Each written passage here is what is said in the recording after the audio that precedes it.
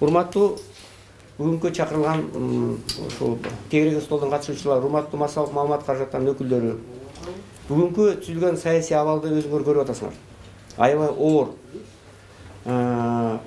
Өткөн жумада Кыргызстан боюнча башаламандык болду, тополоң болду, мамлекеттик имараттар басып алынды. Акыры мына кичинеден болсо дагы бир укуктук талаага жакындап аракеттерди көрүп атабыз. Мен ачыгын айтып коеюн, биринчи күндөн баштап эле, ошол жанагы 5-ден баштап эле ошо Кыргыз Республикасынын президенти Сооронбай Шарипович менен телефон аркылуу байланышып турдум. Кандай кыйын учурларда болсо дагы мамлекет башчысы менен байланышып турдум. Анткени мен кичине айтып коеюн, студент кезибизден чогуу институтта окуганбыз. Кыйын учурларды чогуу басканбыз. Анан ушу анан башына кыйынчылык түшүп, ушундай оор учурларда дагы ал киши менен чогуу болуп, өзүмдүн кеңешимди берип, кыйын учурларда моралдык жактан баягы өзүмдүн аракетимди көрүп турдум. Анан мына кече мурда күнү президент менен телефон аркылуу сүйлөштүм. Телефон аркылуу сүйлөшүп, мына азыркы абалды талкууладык. Ал киши менен жолугушкан жокмун мен. Азыркы абалдын чыгуунун кандай жолдору бар талкууладык. Аңгыча ал кишиге жолугушуудан, сүйлөшүүдөн мурун Абдыган Эркебаевич менен сүйлөшүп, кыскача Меликхан Шерипович менен сүйлөшүп, Фейз Шашанбаевич менен сүйлөшүп, кандай кылалы, кандай деген сунушуңуздар бар, эмнени айтайын десем, мына Абдыган Эркебаевич өзү мага атайын келип, Турсунбай Акуныч, мындай укуктук жагынан проблема болуп атат деп бул киши айтты. Меликхан Шерипович да айтты, ал киши мына премьердин айтканы боюнча 3 күндөн кийин кетем деп атат. Эмне кылыш керек? Айтыңыз, кеткен болбойт азыр. Бүт парламенттик шайлоону өткөрүп, Фейз Шашанбаевич да ошондой сөздү айтты. Парламенттик шайлоону өткөрүп, мына Нарбек Молдобаевич менен да сүйлөшүлдү. Бул киши дагы мына өзүнүн бир укуктук гана жагын айтып атат. Укуктук талаага эртерээк киришибиз керек деп. Ошон үчүн мен айтарым, анан президент менен сүйлөшкөндө урматтуу Сооронбай Шарипович ал киши айтат, мен адегенде айтты, мен кетейин деп атам. Арыз жазып кетейин деп атам, анткени абал ушундай болуп калды деп. Мен айттым, Кыргызстандагы белгилүү деген саясатчылар, Кыргызстандын эгемендүүлүгүн түзгөн саясатчылар, бир эмес 2 жыл спикер болгон саясатчылар, легендарлуу парламенттин жетекчилеринин бардыгы сизден суранып атышат. Парламенттик шайлоо өткөрүп, укуктук талаага киргизип, өкмөттүн курамын, жаңы өкмөттүн курамын курап, төрагасын шайлап туруп, анан ошого уйганым укугуңузду өткөрүп кетиңиз. Андан башка убакта болбойт деген сөзүмдү мен ал кишиге айтып, катуу сөз болду аябагандай. Ал киши адегенде мен кетем деп эле болбой турду. Мен пикиримди айтып, принципиалды билдирип, көз караштарымды билдирип, анан экөөбүз телефонду койдум. Бирок кандай эмеде турат ал киши мен биле албайм. Бирок биз ошо мына коомдук саясий күчтөрдүн баарын чогултуп, мына бул жерде ушул бүгүнкү саясий абалды талкуулап, андан кийин уже сразу Фейз Шашанбаевичтин, Меликхан Шериповичтин, Абдыган Эркебаевичтин уже маектери чыга баштады. Мына биздин урматтуу бул жерде политологдор отурат, алардын интервьюлары чыга баштады. Укук коргоочулар интервьюлары чыга баштады. Юристтер, мына Сания Токтогазиева деген кызыбыз азырда келет атат. Ал киши алардын интервьюсу чыга баштады, азаттык уламалам берип атат. Анан ушун үчүн мына бүгүн дагы ошо бир орой көз чарай кылып, өзүмдүн демилген, мен бул жерге дайым өткөрүп жүрөм. Эч ким мага эчкиден жок. Жеке өзүмдүн демилген менен мына бүгүн да Динара Ошакулова эртең менен азаттык интервьюер айтып атат. Бир платформа жок, саясатчылар башын кошо албайт. Болбосо биз НПОлор чогулталы деген оюбуз бар деген. Анан мен Динара келе мына чогулуп атабыз деп чакырдык да.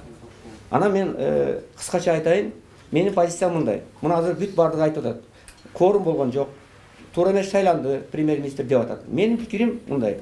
Кворум балким болбосо болбогондур. Болбогон деп айтып атышат. Бирок мен ойлойм, Садыр Жапаровдун бул жерде кандай күнөөсү бар? Менин пикирим боюнча. Ал чакырды, 6-сында 7-синде чакырды парламентке. Анда да форум болду деп кетирди. Кеткенден кийин кайра айтып атат, форум болгон жок деп айтып атат. Анан кийин шайланбай калдың, мыйзамсыз деди. Анан 10-октябрда бардагы бүт депутаттардын баары чогулуп дагы форум бар деп туруп, куттуктап туруп, кетирди, шайлап туруп. Иштеп атат. Эми азыр кайра форум жок деп атабыз, башка деп атабыз. Бул жерде Садыр Жапаровдун кандай күнөөсү бар? Мен түшүнбөйм да. Кеп Садыр Жапаров эмес, ошол премьерге талапкер жөнүндө сөз жүрүп атат. Анан азыр иштеп атат. Эми азыр арттан айтып атат, форум жок деп атат. Кээ бир депутаттар ушуга келип катышып анан кайра кетип калып, анан 2 күндөн кийин кырдын нар жагынан кыйкырып атат. Туура эмес шайланды, анан коркутту, үркүттү, анан тигиндей, анан мындай деп. Мен ойлойм, депутаттар бул жерде мен Садыр Жапаров премьерди кеп эмес, кеп депутаттар күнөөлүү деп эсептейм. Анткени ары келип, форум кылып, парламентте төрагасын шайлап, премьерди шайлап, ошондой кетиш керек деген оюм бар. Мен жеке пикиримди билдирип атам, как адам катары, укук коргоочу катары. Бул жерде Кыргызстанда абал өтө оор болуп турган чакта парламент биринчи чогулуп, мына Абдыган Эркебаевич, Медихан Шериповичтер кандай айтып атат? Бул кишилер 10 жылда парламентте башкарган адамдар. Булардын баардыгы ушундай кезде, ушундай оор балда чогулган парламентти эмне деп атсак болот? Ошон үчүн алардын проблемасы кворумду кылыш. Ал эми талапкердин кандай проблемасы бар бул жерде? Болду, өттүң, давай иштей бер дейт, кетти. Андан кийин анын кандай күнөөсү бар бул жерде? Ошон үчүн бул жерде бирок бул менин көз карашым. Бирок конечно, кворум болбосо, аны кворум кылыш керек. Мыйзамдуу талап алып келиш керек. Бүгүнкү биздин баарлашуу ушу укуктук талапка алып келүү болду эсептелет. Канткенде. Ошон үчүн мына бул жерге урматтуу Абдыган Эркебаевич баштаган саясатчылар келип атат, политологдор келип катышып атат. Эми аз болсо дагы баары чакырылгандардын тизмеси бар. Мен келбей койсо менин күнөөм эмес. Мен үйүмө конокко чакырган жокмун. Жаманбы жакшыбы арендасын төлөп, уште чакырып кой, кичине болсо да сүйлөшүп алалы деген эле далалатам мен. Башка оюм жок. Ошон үчүн Абдыган Эркебаевич өзүңүз баштап, парламенттин мурдагы төрагасы катары бир эмес 2 жыл парламентте башкардыңыз, 10 жылдай. Сиздин тажрыйбаңыз аябай чоң. Ушул укуктук талаага кандай келебиз? Кандай чыга алабыз? Кандай сунуштарыңыз бар? Маңызы жөнүндө айтканда, өз дагы жалпысын айтып кетти. Бул күндөр эми өлкөгө, элге кайдыгер карабаган кимиз болбойлу, колдон келишинче аракет кылып, ушул тынчтык жолго, мыйзамдуу жолго түшсөк деген эле аракет. Ошого байланыштуу мен дагы биринчи күндөн бери эле ушул колумдан келишинче ар ким менен жолугуп, анын ичинде мен да ачык айтып коеюн, Турсунбек. Мен дагы президент менен телефон аркылуу сүйлөшүп, жолуккан кишимен жакын күндөрү. Сен сыяктуу. Анан ар кандай жыйындарга катышып атам. Кече Роза Исаковна өткөргөн дагы бир-эки жыйынга катыштым. Ал мындай саясий мүнөздө эмес, ал арачылык кылсак деп билесиң, медиация деген. Ошол мүнөздө аргылдат. Анан мен юристтердин, мына укук коргоочулардын, Төлөкандын билдирүүлөрүн баарын окудум. Мен юристтер менен ушул укук коргоочулардын, жарандык активистердин позициясын толук колдойм мен. Биз өлкөдө тынчтык болуш керек. Мына Динарда келип калды, уктум, кече сүйлөгөн сөзүңдү, комитетиңерди баарын окудум. Мен толук колдоймун ошол демилгеңерди. Өзүмдүн токотер пикирим, анткени мурда мына бул жерде Айжан отурат, башка телеканалдарга, радиого да айттым эле. Кайталап коеюн. Анткени жакшы сөз айтсаң андан келме бузулбайт дейт. Мен албетте биринчиден өкүнөм ушундай окуялар болгонуна. Анын себептерин билесиңер, түгү келип бийлик, анан Борбор шайлоо комиссиясы ушул акыбалга алып келди. Бул жерде Борбор шайлоо комиссиясы жазган чечим да туура эмес. Мен укук коргоочулардын пикирин толук колдоймун. Алар мыйзамдык пункттарды көрсөтпөстөн, ал жөн эле коомдук стабилизация деген чечим кылат, андай жок. Кодексте да андай жок. Түзөтүүбүз бар. Кайра шайлоо өтүш үчүн бийликтердин же шайлоо комиссияларынын күнөөсү болсо деп жазылып турат. Ошол боюнча жокко чыгарыш керек эле. Анан демек Борбор шайлоо комиссиясы дагы буга күнөөлүү. Менин оюм жаңы шайлоо болушун үчүн Борбор шайлоо комиссиясы да толук курамы кетип, жаңы шайлоо жаңы Борбор шайлоо комиссиясы түзүш керек. Жоопкерчилиги бар да түздөн түз. Анан кайра ушуларды жасай беришти. Андан тышкары мен да Турсунбек айткандай, мен айталык Садыр Жапаровго мен эч жеке адам катары, сач катары дооматым жок. Анын башына түшкөн иш Кудай эч ким башына салбасын. Көрдүңөр кандай кайгылуу болду, өмүрү сайып жүрүп, атасын да жоготту, баласын да жоготту, дагы башканы жоготту. Андай дагы айтайын, эч ким башына түшпөсүн.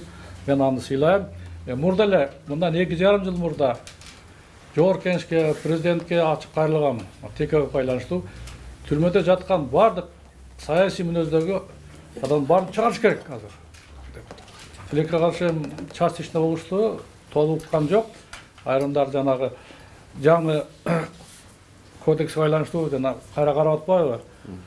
Толук актап койсо болот. Мына ошол эле Бектур Асанов, мына Талгарбек деп Текебаев, Садыр Жапаров деп айткан бар. Азыр эми түрмөдөн чыкканын мен дагы адам катары сүйүнөм, башкалардын дагы. Бирок эми Жогорку Кеңештин 6 жана 10 октябрда чогулганы ал мыйзамдуу эмес. анын кабыл чечимдери дагы комиссияга төп келбейт. Себеби биздин мына Төлөкөмөн Динар жакшы билет, Марс менен биздин конституциянын 6 статьясы 6 беренеси боюнча өлкөдө конституция эң жогорку юридикалык күчкө ээ, жана ал түздөн түз азыр иштеп атат. Имеет прямое действие жазып турат. Демек бардык нерсе ошо конституцияга ылайык, ошонун 6 статьясына ылайык болуш керек эле. Анан конституциянын ошол 75-чи, 76-чы, 77-чи беренелери бул жогорку кеңештин ишине байланыштуу. Ал үчүн мына 61 киши келип, толук кворум болуш керек 75-чи статья боюнча. Өздөрү келип отуруш керек. Кеминде 61 депутат. Андан кийин Дастан Жомековдун отставкасына ошол кворум болгондо кабыл алыш керек алар. Толук мыйзамдуу болот. Анан Муктебек Абдулдаевди шайлаган дагы, ал дагы мыйзамсыз.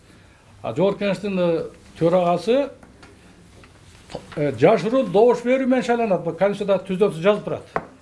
Ал да андай жана кол көтөрүү деген ал биз сайыз убагында болгон. Биз азыр укуктук өлкөдө бар тең өзүнүн процедурасы бар. Ошол аркылуу болуш керек. Андан кийин алдысында Садыр Жапаровду көрсөткөн дагы мыйзамсыз болгон. Себеби жана кворум болгон жок биринчиден. Демек жыйын болгон жок, сессия болгон жок мыйзамдуу. Андан кийин өкмөттү куруу жөнүндөгү конституциянын атайын бир чоң бөлүмү бар. Анын беренелери бар. Ошонун баары сакталган жок. Андан тышкары өкмөт жөнүндө конституциялык мыйзам бар. Анда өкмөт кантип түзүлөт, кандай бардык жолдоболор жазылган. Анын баары сакталган жок. Демек жогорку кеңештин 6 жана 10 октябрдагы жыйыны сессия эмес, комиссияга төп келбейт. Кабыл алган чечимдер бардыгы тең комиссияга жана биздин мыйзамдарга төп келбейт. Мына 2010 жылы биз ачык айталы аны коркуткан эш жок, биз качан болсо жооп берүүгө даярбыз. Мисалы мен даярмын, кандай болсун.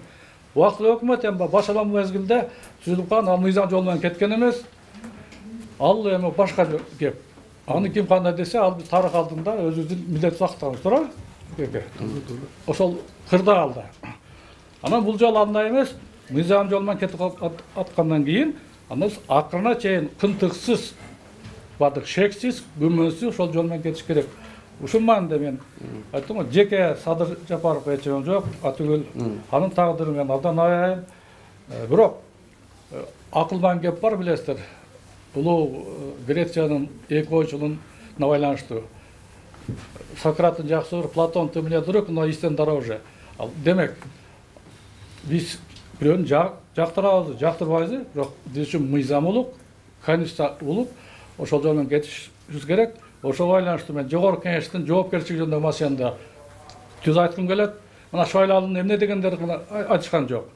Мындай кырдаал курчуганда, эл ушундай акыбалда турганда, качып келбей, ар кандай себептер менен кворум жасабай, болгону дагы туура эмес чечимдер алгандары. Анан ушундай кыйын мезгилде өзгөчө абал киргизген президенттин жарлыгын биринчи пункт койбостон, аны да карабастан эч түз эле ушу эптеп, септеп мына өкмөт куруп берип кетели деген. Бул дагы эл алдында өздөрүнүн жоопкерчилигин сезбегендиги. Ошого байланыштуу менин оюм, буга чейин жогорку өзүм төрага болгон киши катары жаман сөз айткым келбейт, канча эл шайлаган депутаттар, бирок алардын мөөнөтү бүт элек. Жогорку кеңеш бүгүн, эртең, даже кече чогулса болмок, сөзсүз түрдө кайра чогулуп, кворумду камсыз кылып, конституциянын талаптарына ылайык. Мейли ошол эле Садыр Жапаровду кайра шайлап берсин, анда маселе болбойт. Эгерде менин оюм антпесе, эгер президент мына билесиздер да, кайра жарлык чыгарды өзгөчө абал жөнүндө, узартуу жөнүндө.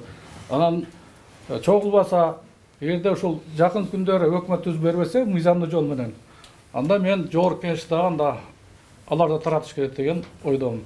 Ага президенттин укугу бар. Эгерде президент жана 3 күнүн ичинде өкмөттүн курамын жарлык менен бекитпесе, билесең, конституцияда ошондой жол бар. Анда бул өкмөт иштен чыкмалы, бирок анда шектүү болуп калат, баары жанагы мыйзамсыз болуп калат. Бирок ошондо президенттин укугу бар, бул жоопкерчиликти таратканга жаңы шайлоо чакырганга. Кыскасы мен дагы бир рет ушул өтө чоң өкүнүп, бизде ушундай белгисиздик болуп атканын дагы эле талаш болуп атканын жана кабылган чечимдер шек жаратып атканын. Экинчиси эл аралык коомчулук дүйнө тааныбайт бизди. Эң өкүнчүсү мына көрдүңүздөр, бардык университет токтотулат, сырттан келип жардамдар токтотулат. Рахмат, мына кече Евросоюз президентти колдоду. Бул жагынан мен эме сыяктуу эле президенттин мына тез план түзүп, андан кийин кетсе, ага чейин иштеп пока легитимный президент. Бирок баары өзү айткандан кийин ыктыяр түзүп кетиш керек. Мен ошондой ойдомун. Рахмат, рахмат. Албетте бүгүнкү мамлекетибизде, коомубузда түзүлгөн кырдаал боюнча сөз кыла берсек, абдан узак, көп сөз болуп кетет. Ошондуктан ток этер жерлерин эле айтышыбыз керек. Мен сөзүмдүн негизинде Абдыган Эркебаевичтин айткандарын толугу менен колдойт элем. Бардыгы коомдо да, мамлекетте да болуп аткан иштердин бардыгы конституциянын жана закондордун негизинде болушу керек. Азыркы күндө Садыр Жапаровдун өкмөт башчысы болуп шайланышы коомдо да, элдин арасында да чоң суроолорду, көп күмөндүүлүктү жаратты. Эгерде мыйзамдардын, конституциянын негизинде карап келе турган болсок, мамлекеттик бийлик бутактарын, анын жетекчилерин шайлоодо эч кандай күмөндүүлүк, эч кандай суроолор, эч кандай шек болбош керек. Ошондуктан мен ойлойм, жогорку кеңеш кайрадан чогулушу керек, кворумду топтошу керек. Анан премьер-министрдин кандидатурасын ошо кворумдун көпчүлүктүн негизинде кайра шайлоосу керек. Эгер андай болбосо, күмөндүүлүк, суроолор жаралып, бул курч кырдаал эч кайда кетпейт да, тереңдегенден тереңдей бериши гана мүмкүн. Албетте, Турсунбек акун туура айтты, күнөө Жапаровдо эмес. Бирок анын шайлануусу коомдо да, эл аралык деңгээлде да күмөндүүлүктү, шектүүлүктү жаратып атпайбы? Ошондуктан бул маселеге кайтып келмейинче бул кырдаал эч кайда кетпейт. Ачыгын эле айтышыбыз керек, бүгүнкү күндө жогорку кеңеш жоопкерчиликтен качып атканы айдан ачык көрүнүп турат. Жоопкерчилиги каралышы керек деп ойлойм. Бул жерде да айтылган сөздү мен колдойт элем. Эгерде жогорку кеңештин депутаттары мындан ары дагы жоопкерчиликтен качып, мындай чоң суроону чечүүдөн качып, мамлекеттиктеги туруктуулукту буза турган болсо, ал токтоосуз түрдө таратылышы керек. Токтоосуз түрдө таратылышы керек дагы президент бүт бийликти колго алып, өзүнүн указдары менен андай тиешелүү мыйзамдарды, указдарды чыгарып башкарууну колуна алышы керек. Антпесе мамлекет анархияга, граждандык, жарандык каршылашууга алып келатканын баардыгыбыз айдан ачык көрүп эле турабыз. Ачыгын айтышыбыз керек, бүгүнкү күндө легитимдүү бийлик жалгыз эле президент болуп калды. Анткени жогорку кеңеш качып атат, өкмөттүн түзүлүшү чоң суроолорду жаратып атат. Ошондуктан президент азыр мамлекеттик бийликти колуна алып, тез аранын ичинде жогорку кеңештин чогулушун өткөрүүсүн камсыз кылып, депутаттар менен бирге коалициялык көпчүлүк менен акылдашып, ал акыбалды тез стабилдештирүүгө болгон аракеттерин жасашы керек. Тез аранын ичинде өкмөт түзүлүшү керек. Анан ошондой президент менен жогорку кеңеш тез арада өкмөттү түзсө, ошондо гана өкмөт толук кандуу иштеп, коомдук саясий ал-акыбал стабилдештирилет дагы, коомду дагы, элди да тынчтандырып, бир жакшы өнүгүү жолуна барганга мүмкүнчүлүк болот. Эгерде мындан ары ушундай ал-акыбал түзүлө турган болсо, биз түптүз граждандык согушка баратабыз. Биз 7-8 октябрда экстренный жарандык форум өткөзгөнбүз.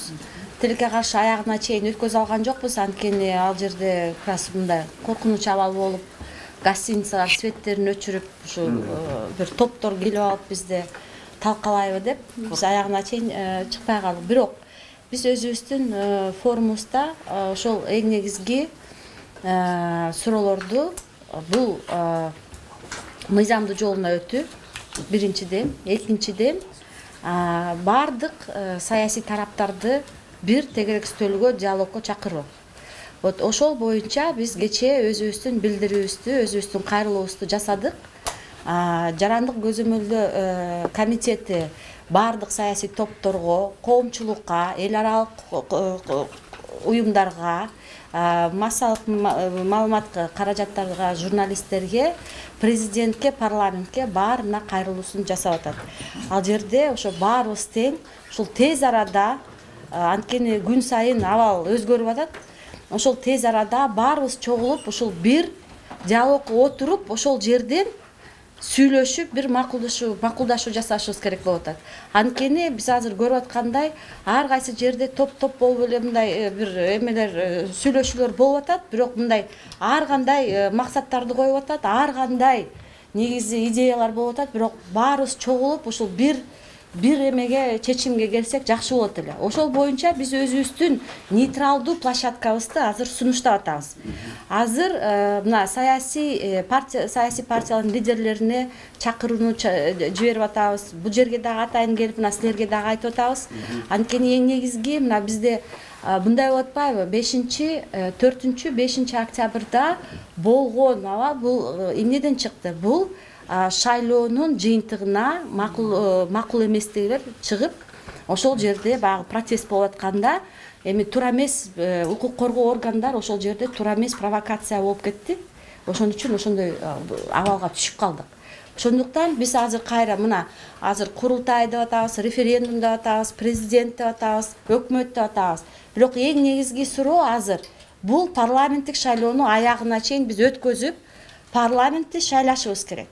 Эң негизги. Борбор шайлоо комиссия өзүнүн чечимин чыгарды. Кандай болбосо дагы жагабы, жакпайбы? Ал деген 6 ноябрга чейин азыр убакыт жүрүп атат. 2 жума калды. Ошол 6 ноябрга чейин булар деген кайрадан ошол шайлоону өткөзгөнгө бир эмени чыгарыш керек да. Анан эми ушул жерде мына бүт саясий партиялардын баары азыр күтүп атат. Баары күтүп атат. Же мына азыр мындай чечим болбосо, парламенттик шайлоону биз кайрадан өткөзбөсөк, анда бул саясий күчтөрдүн баары тең баягы канаттандырбай, кайра элдердин баарын площадька чыгарып баштайт. Биз аны баарыбыз тең эле түшүнүп атабыз. Ошон үчүн деген анын баары тең, күрөштүн баары, амбициялардын баары тең, жанагы площадьтан эмес, аянттан эмес, бирок ошол шайлоодо болуш керек. Шайлоого барып, баары үндөрүн топтоп, добуштарды топтоп, ошол жерде күрөштүн. Ошондуктан биз азыр эң негизги максат биз үчүн ушул парламенттик шайлоо, парламентти, легитимдүү парламентти шайлап, анан ошол жерден ошо башка жолдорго түшө. Эми азыр өкмөт жөнүндө айтып атабыз, мыйзамсыз, легитимдүү дегендей. Албетте бул жерде коркунучу мына биз азыр көрүп атабыз, кечээ бизнес, коомчулук уже айтты, 20 келишимдин баары тең токтотулду. 8 миллиард сом уже бюджетке түшпөй калды. Мунун баары тең азыр акырындан жанагы доминого окшоп мындай кулап баштайт да, эми бюджетте азыр акча жок. Ошонун баарын тең мындай аябай оор кырдаалда бир саясий тараптан келген мындай премьер-министр ал деген эми мындай толук ишеним жаратпайт. Ошондуктан бул жерде биз ушу бир кандай нейтралдуу талапкерди карап эле сунушташыбыз керек да. Эгерде ушундай болсо, анткени техническое правительство, потому что алар деген бир у них сложная задача. Это ковид, это бюджет, наполнение бюджета, это жанагы работа с международными сообществами, которые помогают поддерживать бюджет. Вот ошондой да. Биз ошону карап туруп, ошого карата премьерди шайлашыбыз керек. Анан бул урушат, бул урушпайт. Биз деген кворумду кандай болгонун, чогулуш кандай болгонун уктук. Ал жерде криминалды деле пайдаланып, ал криминал дагы ал жерде коркутуп атат бул депутаттарды. Ошон үчүн алар коркуп чогулбай атат. Мен ойлойм, ошол жерде биз ошонун баарын эске алышыбыз керек. Эң негизги бул жерде азыр криминал бүт саясий процесстерге аралашып атат. Вот ошон үчүн мен ойлойм, азыр ошол легитимдүү орган единственный бул парламенттик шайлоо, бирок ошол парламенттик шайлоону кантип өткөзөбүз, кандай болуш керек дегенди ошол боюнча биз деген азыр диалогко баарыбыз чогуу отурушубуз керек. Ошол жерде саясий бүт саясий күчтөрдөн бир кандай убада алышыбыз керек да. Ошол шайлоого чейин эч кандай мондай бир эмени элди дүрбүтпөй, ошо шайлоого даярданып, шайлоого барып, ошол жерден анан кийин бийлик үчүн күрөшсүн. Мурун кайда жүрдүңөр эле? Садыр Жапаровду шайланышын азыр легитимдүү эмес, ля-ля-паля деген сөздөр болуп атат. Ушунун баарын айткан кишилердин баары кыргыз элинин душмандары. Мен Садыр Жапаровду колдоп аткан жокмун. Садыр келеби, Мадыр келеби мага баары бир. Бирок именно ошол кишинин келгени менен өлкөбүздө тынччылык болуп калды. Ишенип койгулачы, болбосо азыр гражданстык согуш болуп кетмек. Ошондо болмок. Силер айтып атасыңар, конституция бузулуп калат деп. Конституция мен айтып берейин, жазылган күндөн баштап эле бузулуп келатат. Себеп, мынакей, 3 революция болду деп атасыңар. Революция болгон жок Кыргызстанда. 2005 жылы это переворот. 2010 жылы бул переворот. Булар конституцияны бузуп атышат. Булар эмнеге соттолгон жок ошолор. Революция деген это переход от одной формации к другой формации. Это совсем другое революция деген. Бизде эмне болду? Бир клан кетти, экинчи клан келди, баягы ошол эле боюнча жүрдү. Анан азыр келип алып, ошол жанагы биз өзүлөр уят болбостон Кыргызстанды уят кылып аткан жанагы 6-чы сазывдын депутаттары баарына күнөөлүү ошолор. Эмнеге алар 5 жыл айлыгын алып жүрдү? Анан чакырса келбейт. Эмне аларды кулакка тартып сүйрөп келиш керекпи? Түштөн кийин Айда Касымалиева айтып атат, бул юридически неправильно деп. А кайда жүрдүлөр? Эмне үчүн алар келбейт? Алар келип, макул, бөлөк жерде болду. Тиги резиденцияда, а жерде кнопка жок экен. Регламентте кнопка деп жазылып калыптыр. Кнопкасын орнотсун. Өзүлөрү талкалаган ак үйдөгө кире албай калса, ким күнөөлүү? Анда кайра айтса болмок, давайте кол көтөрүү менен деп. Это древний анан каменный век деп атасыңар. Эмне кылабыз? Экинчи съезд РСДРП Минскиде сарайда өткөн мисалы үчүн. Антип отурсак бизге мындай керек, анан кнопка керек, компьютер керек деп отурсак, өлкөбүз астыга жылбайт. Бизге мен айтып атпаймынбы? Азыр келген премьер-министрди унчукпай туруп макул айланайын деп, мейли 3 ай иштейби, конституцияны кайра өзгөртүш керек, срочно. Азыр бир топ элибиз айтып атат, референдумга баралып. Референдумдар жарым жыл, 1 жылга созулат. Конституцияны 2 ай ашып кетсе 3 айдын ичинде өзгөртсө болот. Мораторийдагы мына 20 жылга чейин болчу, бул өзгөртсө болот да. Но мен айтып атам, азыр кимде ким ошентип айтып атса, мен ойлойм бул эл душманы. Жаман көрбөгүлө. Аз жерден калды да. Ошолор кайда жүрдү? Ошол маалда чакырып эле атпады, эл чыгып алып, мына Өмүрбек Бабанов келгин сен кадыр. Уш жерге сүйлөгүн. Мадумаров келгин, Текебаев келгин деп. Келген жок эч кимиси. Келишкен жок. Анан эртеси бушкан ашка чуркап келип алып, бу баягы 10 жылдагыдай революцияны бир эл жазады эле, канын төгүп. Анан түнү менен жашынып жаткандар келе калыптыр, бийликке келе калды. Ошондой болду бу сапардагы. Азыр баба тиги кимдин Садыр Жапаровдун элинин колдогонун эл көрдү. Мына биз да көрүп атабыз. Кандай колдоду? Буга каршы болуп далай кишилер келди эле, тияктан Бабанов, тияктан Атамбаев түрмөдөн качып чыгып. Жөн эле үйүндө жатпайбы? Баары келишти эле, баарын жөн жатса болбок, элди дүрбөтпөй, понимаете? Дүрбөтпөш керек болчу. Элдин убалын ошолор калып кала сактады. Дагы тартүү менен өттү, калп айткан мен болобу. Садырдын колдоочулары көп экен. Силер азыр от менен ойноп атабыз. Бир тырнактай ширеңке килтеген токойду өрттөп коет. Биз азыр туура эмес сөзүбүз менен элибизди азыр кайра бир нерсеге түртсөк чатак болот. Азыр айтып атат, автобус менен кетириптир элдер. Керек болсо автобус менен алып келет кайра. Эл азыр алданганын билсе чатак чыгат. Президент жыргаганынан арыз жазып кетейин деген жок. Жыргаганынан эмес, түшүнгүлөчү. Он понял, милицияны алы жетпесин элге. Экинчиден армия келсе, армиянын курал жарагын эл тартып алып эртең анда бу жерде полевой командирлер болуп, дагы гражданский согуш чыгат. Анын баарын көрдү президент. Айласы кеткенинен айланайын. Тынччылык эле болсо мен жазып берип кетейин деп атат. Эми ошол экини ырып атып, күндө бирөө чыгып алып, тим эле ошол күнү кайда эле ошолор. Эми келип алып туура эмес, муну мынтиш керек, анан тигинчи керек деп. Мен президент менен жолукмак түгүл сүйлөшүп көргөн жан эмесмин. Жерден эртеден бери кайра айтып атасыңар, мен президент менен мынтип сүйлөштүм, тигинчи сүйлөштүм. Президент мен айтып берейин, ушул жанагы көтөрүлүш деп коебуз, эмне болду? Бул деген шайлоого эч кандай байланышы жок, туугандар. Шайлоо это повод. Буга чейин эле эл уже даяр болуп калган. Пандемия көрсөттү. Андан тышкары келген акчалардын дайыны жок. Бул көрсөттү. 3 жылдан бери эч кандай жазалбаган иш үчүн бул эл эчак эле даяр болуп калган. Түшүнгүлө?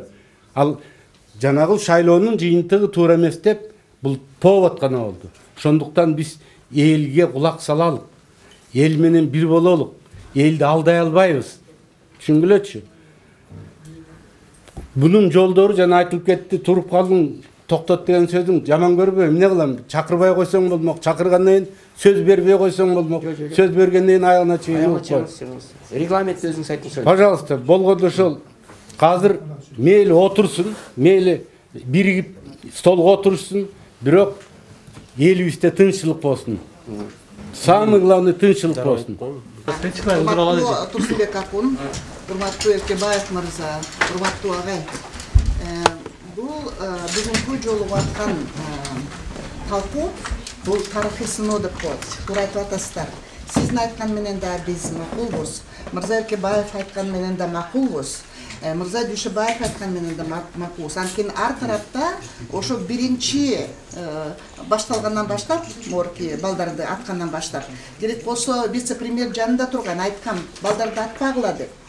Экинчи маселени сиз туура айтып атасыз. Бул шайлоонун ыплас болору жана балдар ошо кыргыз эли тетик региондорду айткан, биз матраимов болобу, патраимов болобу, алардын малайы болуп, биз эч качан кыргыз эли жашабайбыз. Шайлоонун астында айтышкан. Шайлоо өтсүн. Биз көрөлүк, акчасын берсин, алалык. Апалар айтып атат азыр. Бирок биз өлүп калабыз андан көрө. Жанакы мекенем Кыргызстандын астында, же болсо Кыргызстандын астында, же болсо жанакы эле биримдиктин астында, тиги Строкова трактористтин астында жаткандай конституцияларды мурун эле бузуп салышкан. Мына политологдор керек болсо сайрап атышкан.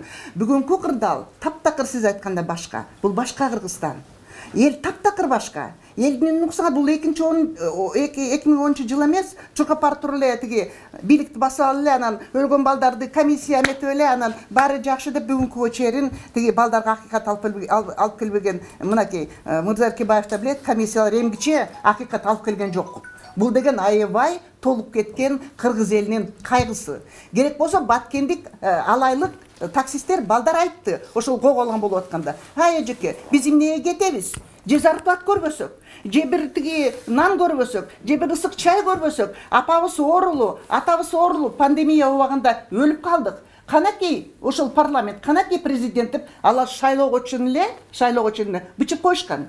Керек болсо сиз айткандай, азыр автобус менен келбейт, алар жөлү келет. Мына мен региондорго барып ошо балдарга жолугуп келдим. Керек болсо революция жасаган балдар, мен билем, щиттин астында кимде турган, алар эртең менен кетип калышкан көбү. Алар даже пуля тийип, азыр айылда отурушат. Билесизби? Ошон үчүн биз толук макулбуз, анткени ошол саясий элита бүгүнкүгө чейин мыйзамды ойлогон эмес, байлыкты ойлошкон. Керек болсо кыргызды кыргыз малай кылган, өзүнө кул кылган. Силер айтасыздар, тиги 10 жакшы көргөн мына 33 мамлекеттик эмес уюмдар дүйнө боюнча айтты. Кыргыз эли биз силер менен суктанабыз деп. Белорустар айтып атат суктанабыз деп. Бирок бул жерде саясатты эски саясатчылар мындай бир биз силерди урматтайбыз, бирок жаштарга орун бериш керек, анткени жаңы политологдорго бериш керек. Эч кандай ыктыярчу миротворцы бирдеме Роза Исаковна кичине мындай алда кичине ойлонсун, анткени эскиче. Анан кайта фонд Роза Отунбаева деп келип тиги жалаң туугандарын, подружкаларын андай иштетпейт. же болбосо жанакы эле Ассамблея народов Кыргызстана. Слушайте, ГАМСУМО бар, толгон токой институттар бар. Жаңы балдар келиш керек. Азыр жаңы балдар сүйлөш керек. Эскилер жардам бериш керек. Ошону эл талап кылып атат. Экинчи жактан Мырза Эркебаев айткан мыйзамдуулук жолду биз кубаттайбыз. Анткени президент бүгүнкү күндө легитимдүү. Экинчи жактан Динара айткандай, эгерде биз ошол эле түрмөдө Жапаров мырзаны, ошол эле улуттук кыйноолорго каршы институту досьелери бар, бирок түрмөдөн чыгып алып, сот чечими жок. Все равно легитимдүү эмес. Биз Мырза Жапаровго каршы эмеспиз. Биз керек болсо атысаларда Орусияга келип жардам бердик ошо пикетке. Биз тактикаларды башкача кылгыла деп ошол жерде турдук. Анткени Атамбаев кайта, Зөкүр Атамбаев кайта келаткан, баарын чогултуп алып келгиле, тиги чабабыз деп. Ошон үчүн биз собственно билебиз. Бизге баары бир, бирок акыйкат керек, жана мыйзамдуулук керек. Ошон үчүн парламент дезертиры, жанакы экспосул айткандай, алар качып кеткен, аларга азыр надежда жок. Бирок Мырза Жапаров дагы бир жолу чакырыш керек 61 депутатты. Бүгүнкү күндө 1 секунда да аябай маанилүү. Ошон үчүн сабактарды жакшылап ойлонолук, жана сиз айткандай биз силер менен макулбуз. Биз Жапаровго каршы эмеспиз, бирок легитимдүү жолдо болуш керек баары тең. Рахмат. Өзүңүздөр билесиздер, мен ошол шайлоо башталгандан бери эле анализ жасап, ар кайсы жерде билдирүүлөрдү жасап келгем. Мен өзүңөр билесиңер, ошо президент указга кол койгондон кийин эле айткам, 4-үндө шайлоо болот, 5-инде балким толкундоолор болот деп. И Жапыкеев генералдык прокурор болот деп айткам. Мына ошол нерсе болду. Себеп дегенде көп, эми себептери аябай көп. Бирок эми эмне кылышыбыз керек? Мен ойлойм, мынакей революция сайын эле конституцияны алмаштырабыз дей берет да, кайра эле конституция боло берет да. Өтөс революция боло берет. Себеп дегенде конституцияда эч кандай эч нерсе жок. Биздин өзүбүздө, элдин өзүндө, саясий элитанын өзүндө, саясий элита өздөрү оңолмоюнча бизде кайра эле революция боло берет, кайра эле конституцияны алмаштыра беребиз. Эч нерсе болбойт, оңолбойт. Абал ошондой эле болот. Мынакей азыр конституцияны алмаштырабыз, кийинки шайлоолордо кайра революция болушу мүмкүн. Мен баягы 2010-жылкы революциядан кийин революция дагы болот, дагы атат десем, Келдибек спикер болчу, анда баардыгы тең айткан, эч убакта революция болбойт, бул ар кайсыны эметип дөдүрөп атат деп. Боло берет, анткени саясий элита өздөрү мындай жаңыланууга эчтекеге дайын эмес. Атканга дайын саясий элита, коргогонго дайын бийликти. Башка эчтекеге дайын эмес. Анан конституцияны алмаштырабыз. Мына мен силерге айтайын, Садыр Жапаровду баары тең мактап атышат. Садыр Жапаров келип туруп эмне деди? Легитимдүү эмес болуп жатып айтып атпайбы, мен конституцияны алмаштырам деп атат. Депутаттардын баары унчук албай атат. Конституцияны алмаштырам, улам бирөө келет да конституцияны алмаштырат. Улам бирөө келет конституцияны алмаштырат. Эчтеке болбойт конституцияны. Биз эгерде ок атылбасын, эгерде эл тынч жасасын, эгерде алдыга жылалы десек, анда биз саясий партиялардын баары тең классический түргө алып келишибиз керек.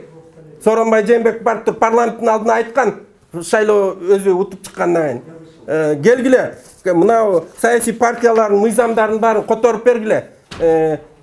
Бүт баарын тең идеологический партияларга айландыралы. Ошондо жеңил болот өлкөгө деп. Парламент кааладыбы? Каалаган жок, себеп дегенде баары тең олигархтар отурган. Олигархтар президентке бул жакка кийлигишпей эле коюңуз, биз өзүбүз каалагандай шайлоолорду өткөрүп жүрөбүз, ошондой кылабыз деп мына акчалардын баарын топтоп алып туруп өткөрүшүп туруп мынакей революция болуп атат. Кийинки революция дагы ошондой эле болот. Революциядан революцияга кете берет.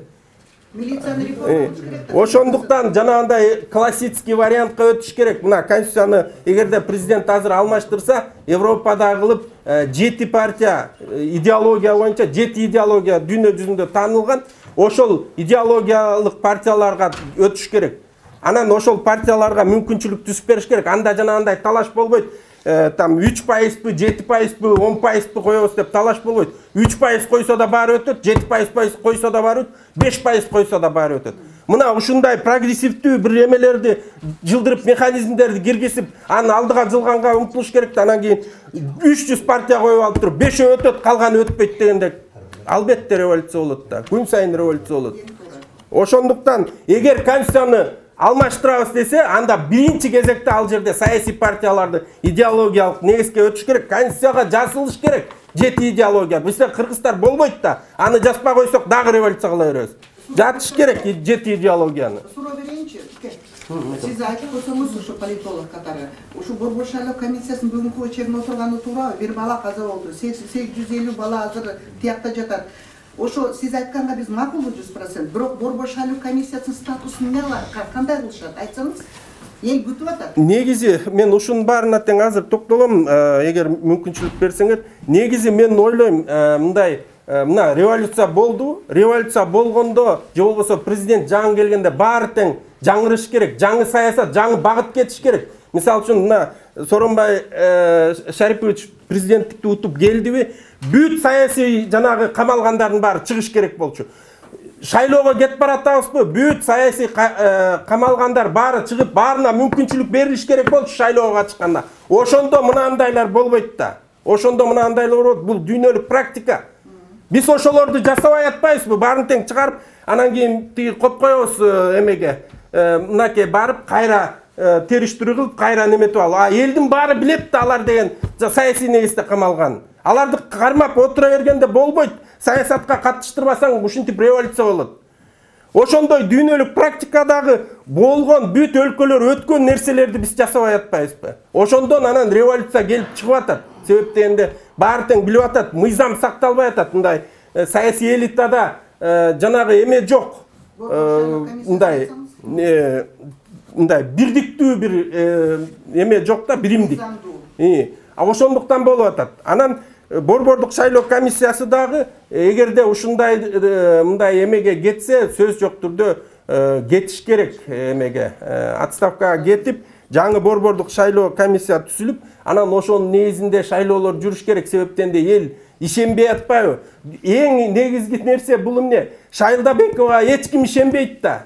Шайлдабекова эч ким ишенбейт, уже канча жолу өткөрүп атат. Ошондуктан жок дегенде төраганы алмаштырып койсо, мындай болмок эмес. Мындай болмок эмес. Ушундай нерселерди карап, баягы алдын алып турса, эч убакта революция болбойт. Бизде болсо быкшып, жарылганга чейин тим коюп атпайбы? Анан жарылып кетип атат. Ошондон эле. Жанагындай конституцияны албетте бүгүн эгерде конституция алмаса, эч убакта башка дагы группалар конституциянын проектисин жазбаш керек. Себептен андай жарабайт эчтеке, бирөө да жасалбайт конституцияны Кыргызстанда. Садыр Жапаров мынакей азыр мен конституцияны өзгөртөм деп атат. Мынакей азыр президент дагы өзгөртөм деп атыптыр. Бир гана президенттин алдына топтолуп туруп өзгөртүшүбүз керек. Баарыбыз бир мнениеде, баарыбыз тең чогулуп бирдей иштешибиз керек. Коомго керектүү конституцияны жаратышыбыз керек. Анан Садыр Жапаров бирди жасам, анан тиги бирди жасам деп отурса, дагы болбойт, дагы революция болот. Рахмат. Болду. Журналисттер, мен ойлойм, азыркы ситуацияда туура айтып атышат. Азыр мындай болуп атат. Дүйнөнү карап көргүлөчү. Мына Кыргызстанда криминалдык революция болуп атат. Орус политологдор, башка политологдор Радио Свободага берсем дагы буларда 2005-жылы, 10-жылы бул жөн эле олигархический перевороттор, бул революция эмес деп кучка деп эле бири-бири менен алышып атат деп аябай уят болуп атабыз дүйнөдө. Ошон үчүн ошондой чын, бирок азыр биз көргөзүш керек да, тиги Белоруссияда, башкаларда деле жок, бул революция эмес деп. Эми азыр андай болбош керек да, 2005-жылы туура ошондой болгон, 10-жылы ошондой болгон, азыр деле ошо окшошуп атат. Ошон үчүн кыргыздар илгертеден бери курултайга чогулуп, өзүнчө коммуникациясы бар болчу, ушундай чечип, азыр туура курултайга окшошуп атат. Биздин аксакалдар ошондой чечип, мен ойлоп атам. Бирок жети дубаны өткөрүш керек курултайга. Туура, мен ойлойм, ошондойду чогултуш керек. Туура. Азыр мындай болуп атат да, чын эле Садыр Жапаров мына кыргызча айтканда, кыргыздын адат боюнча эми кыргыздардын баары аны колдойт, чын эле бышып мындай күйүп бүтүштү. Бирок римский правого ал келбей атат. Касымалиев айтып атпайбы, кворум болгон жок, 51 киши болгон, анан 61 болуш керек болчу, доверенность деп. Ошон үчүн бул кыргызча айтканда токтотту, кан төгүлмөк. Түштүк, түндүк жактан деген Малисайдан канча малдар келет. Ошо туп-туура. Бирок кыргызча болуп атат да. Ошон үчүн кыргызча мен ойлойм Садыр Жапаров азыр иштей бериш керек, бирок римский право менен президент калыш керек, себеби римский право менен Европейский союз жөн айткан жок да, туурабы, биз колдойбуз деген. Роза Исаковна жөн эле жолугушкан жок да президент менен. Ошон үчүн эки контур болуп атат. Бир жагынан мамлекеттер дүйнө деген бизди кабыл алат. Жанагы инвестиция бар, канча миллиардына айтып атат туура Динара. 8 миллиард сомго деген уже убыток болду. АКШ келатат. Ошонун баары. Кыргызстандын экономикадан жоготкон ушул бүгүнкү октябрга 40 миллиард сом. Ошо жалпы азыр 2 күндө эле ошо 2-3 күндө эле революцияда 8 миллиард. Ошон үчүн мейли дүйнө, азыркы дүйнөгө Европейский союз баары деген кабыл алсын, президент калсын, легитимдүү. Бирок Садыр Жапаров ушу элге ал өзүнүн дагы тагдырын билесиңер, элге деген жакын, ошон үчүн ошол токтотту, чын айтсачы. Ошон үчүн мен ойлойм эки контур менен дүйнөгө, анан элге. Бизде кыргызча адат боюнча, дүйнөгө жанагы римский право боюнча. Ошон үчүн мен ойлойм ошо эки контур иштейт.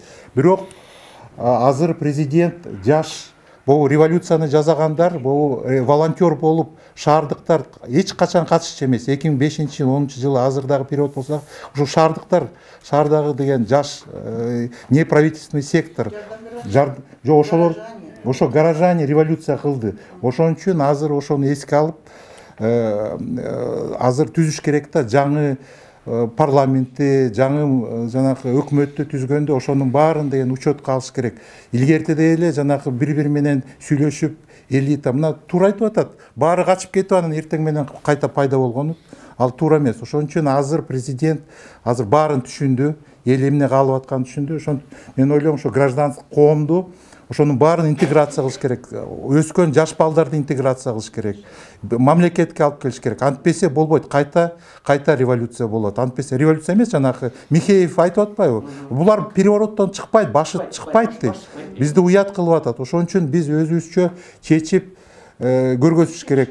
Биз революция жасай алабыз. Биз өнүгүп алабыз деп. Рахмат, сөзді Шерадин сұрады. Бізге де Шерад білдеген пікірін айтқан білдірген атайын рахмат, сыйлап беріп отырсыздар.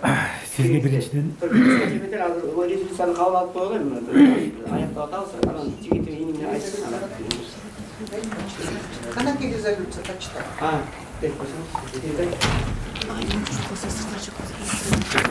Саламатыңар, урматтуу бүгүнкү жыйын катчылар. Түсүнөк Акуныч, сизге чоң рахмат. Ушундай жакшы демелге менен чыктыңыз. Ушуну мындай айтып атканда, менин эсимде боюнча ушундай жакшы жыйын биринчисинен бирөөсү болуп атат. Себеби ушу ар кандай түрлөрдүн, ар кандай топтордун адамдар келип чакырылып, өзлөрүнүн пикирлерин эрк айтып, эркин айтып, көрсөтүп, бул абдан жакшы болуп атат да. Анан дагы эмнеси маанилүү болуп атат. Биринчиден алып акыныбыз Салы Туткучу жакшы мындай сөздөрдү айтып койду да, батышчыл, орусчул деп бөлүнбөй кыргызчыл болуш керек да. Биз өзүбүз бири-бирибизге мындай этикетканы илип койбодукпу. Тиги мындай деп эле бири-бирибизди шыбалап, жамандап жүргөн бул негизи албетте ушу кесиптештерде жогору жолу айтып коюшту. Тынчтыкка, жакшылыкка аны алып келбейт. Биринчиден ушул маселе болуп аткан албетте Садыр Жапаровду эч ким күнөөлөбөйт, кандай болду деп. Депутаттар, алар албетте тажрыйбалуу адамдар, бирок алар ошо эрежелерди бузуп коюшту процедура тарабынан. Эмне үчүн ушу процедура тарабынан маселелерди баарын мыйзам чегинен чечиш керек. Мен эскертип коеюн. Эсиңизде беле 2007-жылы эле Камчыбек Ташиев мырза өзү Конституциялык сотко кайрылган. Кыргыз Республика Конституциясы ушул процедуралар бузулган үчүн эле мыйзамсыз депчи. Анан ушу Конституциялык сот ушуну макул деди. Анан бизге ушу жаңы конституция келген. И вот ошону карап атканда баарыбыз эле окуганбыз да. Кечээ Бириккен Улуттар уюмунун атынан Борбордук Азия боюнча өкүлү жана Европалык биримдиктин тышкы иштер маселе боюнча комиссары бир маселени бир мындай жакшы ой пикирди жеткизип коюшту да. Бириккен Улуттар уюмуна жана Европалык биримдик алар президентти азыр эми Сооронбай Шарипович деп айта албайбыз, себеби ал президент болуп атат, но бирок бүгүнкү абалыбызда ушу эң мындай легитимдүү конституциялык институт катары президентти көрүп атышат да. Вот ошону карап атканда албетте биякта мааниси кандай болуп атат? Жогорку Кеңеш анын тизмесинде кирген жок. Кыргыз Республикасынын өкмөтү тиякта деле көрсөтүлгөн жок да. Вот ошону карап атканда Динара айым абдан мындай жакшы сунуш киргизди. Ушу баары кызыгып аткан, ушу тынчтыкта кызыгып аткан топтор баары келип бир жерде топтоп отуруп, албетте ой пикирлерин алмаштырып, кандай ойлор бар, кандай жолдор бар, кандай жолдор менен жүрүш керек депчи, ошонун баарын чечилсе жакшы болот эле да. Азыр бизде ушу бая ала кийиздей болуп атат да. Бир четинен салып коебуз, албетте кийиз жакшы эле чыгат. Но бирок бул деген ала кийиз эмес да. Бул деген биздин өкмөтүбүздүн, биздин өлкөбүздүн тагдыры болуп атат да.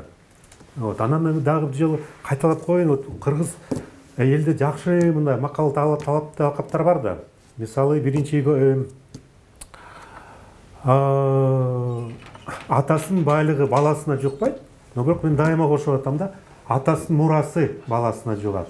Вот ошону карап атканда, эгер ушу мурасыбыз жок болсо, жерибиз кандай болот? Канчага чейин эгемендүүлүк калат? Биздин желегибиз кандай болот? Ошолорду ойлош керек да. Булар адамдар мисалы келди, там президент болду, депутат болду, премьер болду, БШКнын төрайымы болду, кемдер болду, бул калар кетет да. А ошо өлкөбүз биздин урпактарыбызда кандай калат, абалы кандай болот? Болобу өлкөбүз, болбойбу? Вот бүгүнкү абалда, бүгүнкү күндө болуп аткан маселелер так эле ушундай болуп атат да, абдан курч болуп атат. Анан ошо Манас эпосунда дагы мындай татынакай сонун сөздөрү бар да.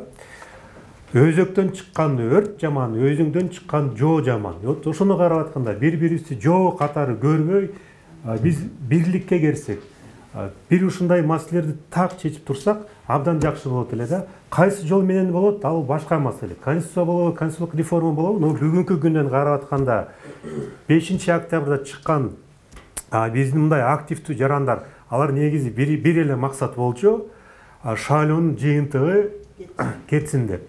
Ошо эле болчу. Анан азыр чыгып атат, конституциялык реформа болот, тигиндей болот, мындай болот, андай сөздөр жок болчу. Ким алардын демилгечиси? Туура эмес мындай. Ошо маселе болот. Анан тиякта мындай бизде бар да, конституциялык мыйзам бар.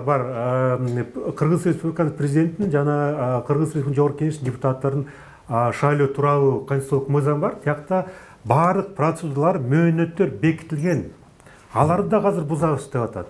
Анан ушунун баарын бузуп калсак, биз мейли дейбиз, макул деп коебуз керек болсо. Но бирок өлкөбүз кемне болот.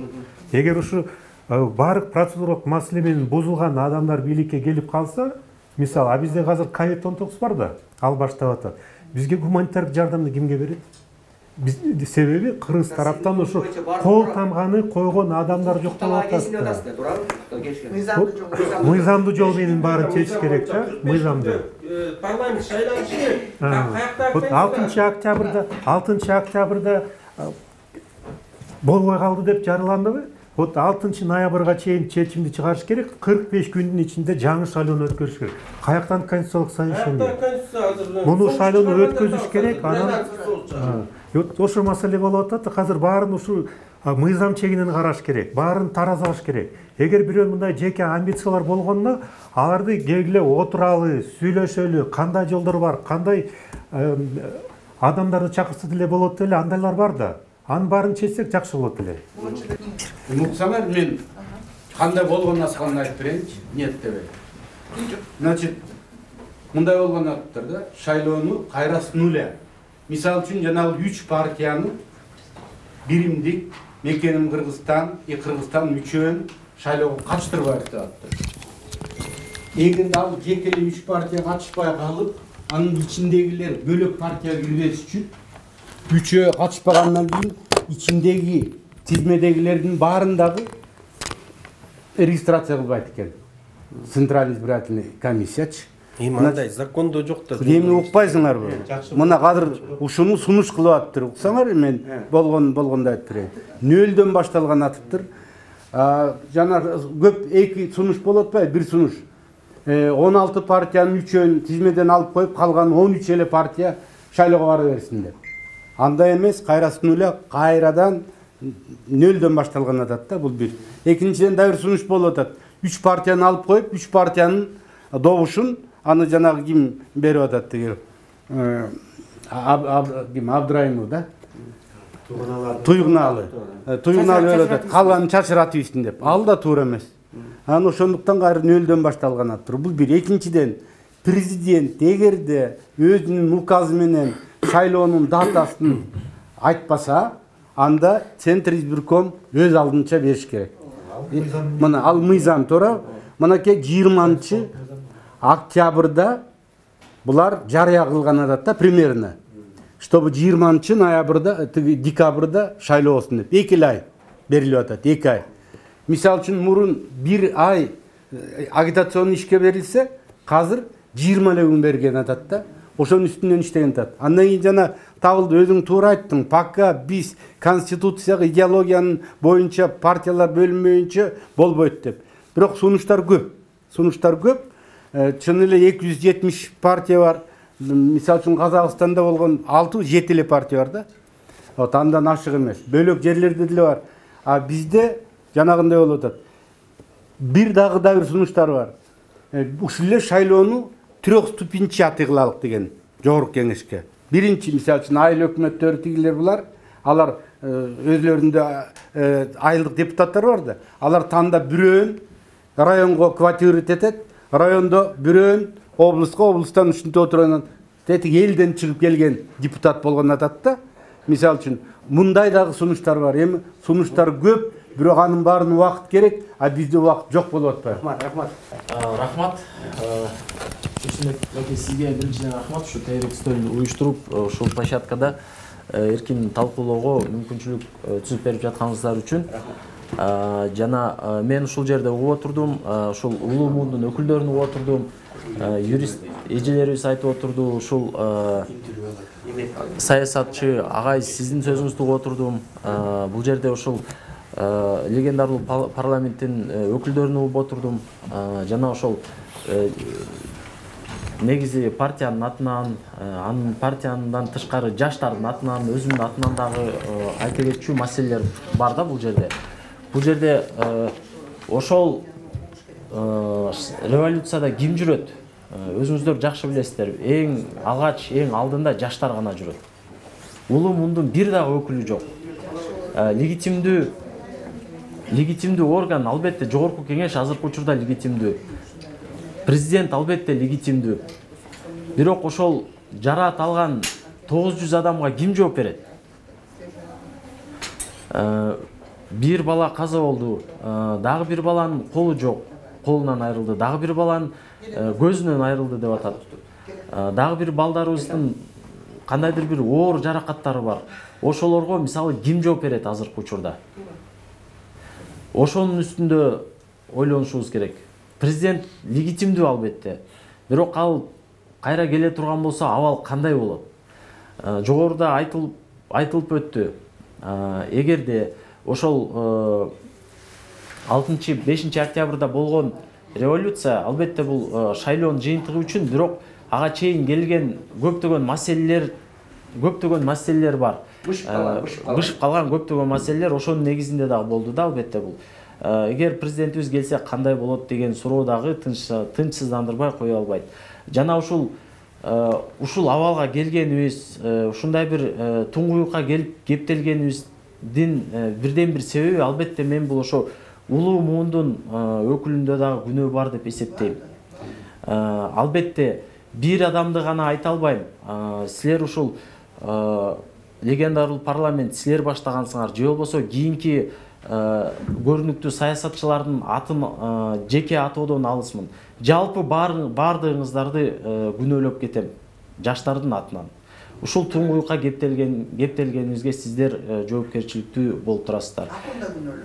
Мындан ары дагы ушул туңгуюктан такыр чыкпай калбайлык, ушул туңгуюкка келип такалып жана ушул Кыргызстаныбызды жоготуп калбайлык, ошонун үстүндө ойлонуңуздар. Рахмат. Рахмат. Анда эмесе рахмат биринчи дайыма келип атасың менин. Янда эмесе бул кичине пункттарды кандай кабыл алып коелу, кандай дейсиңер? Мүмкүнбү?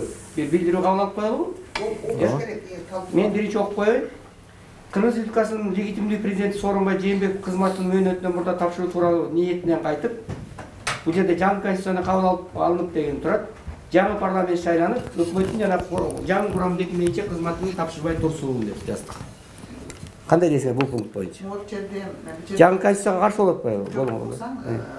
Азыр политологдор да цинктентип коет, бул кишилер дагы айтпадыбы? Бул жерде не надо дразить гусей дейт азыркы мезгилдечи. Ошо улуттук мындай бир маанилүү эмелерди, кадамдарды түшүнүү үчүн адамдар бул жерде конституциянын ченеминде өзүнүн жоопкерчилигин жана ишин өткөрмөйүнчө президент ордунда калыш керек деп. Анан жаңы шайлоо же болбосо конституцияда это надо потом решить правильно. Понимаешь? А эгерде биз ара менсек азыр дагы муака келет балдар. Азыр эме ачыш керек.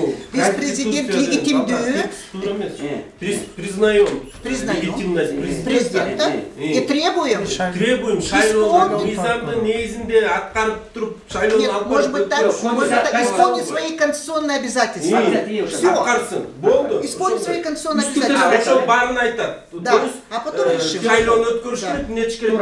Жарым өлкө азыр жатат деп. Конкретти токтолбойлу, конституция кабыл алсын. Конституциялык милдеттерди аткарсын, э? Конституциялык өзүнүн укуктарын аткарсын. Все, жа, экинчиге. Мөөнөтү бүт эле легитимдүү президент парламент өз ишин толук кандуу жүргүзүп, тез аранын ичинде төрагасын сайлап, өлкөнү укуктук талаага алып келүү үчүн баардык аракеттер көрүүсү зарыл.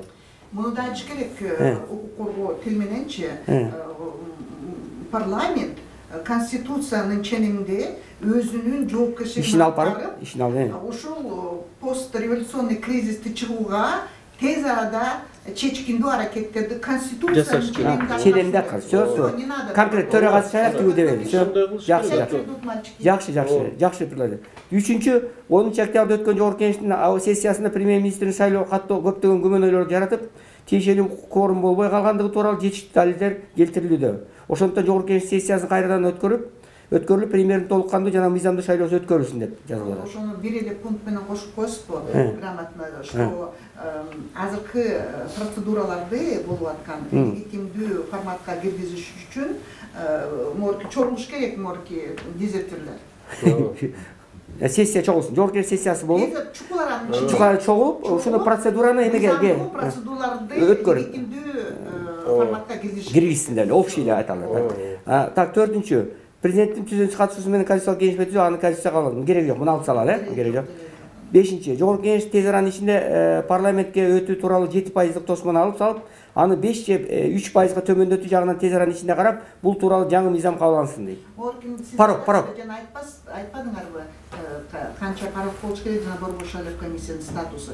Борбор шайлоо комиссиясы конституциянын ченеминде жана борбор шайлоо комиссиясынын мыйзамынын ченеминде эмне кылыш керек? Ошолорду айтыш керек да. Тоже. Жок, тосмонду түшүрүп атпайсызбы? Даже Жириновский айтып атпайбы, 4 кечени түшүрүп. Өз үстүнө политологдор айтып атат. Айтып, мына айтып табылдар айтып атпайбы, кимдер Марстар тууралуу. Ушу туура калсынбы? Негизи Марс Осмонов. Жок, бир эметип коюш. Марс Осмонов, муну кандай дейсиз? Эме табылды. Мыйзам кабыл алса болот да, туура? Жогорку кеңешке барчу. Эмне дейт формулировканы? Эме жогорку кеңешке айтыш керек да. Карап көрүш керек. Карап көрсүн, э? Эмени? Мыйзамды. Ушундай? Мыйзамды карап көрүш керек жана эме боюнча, прайс боюнча.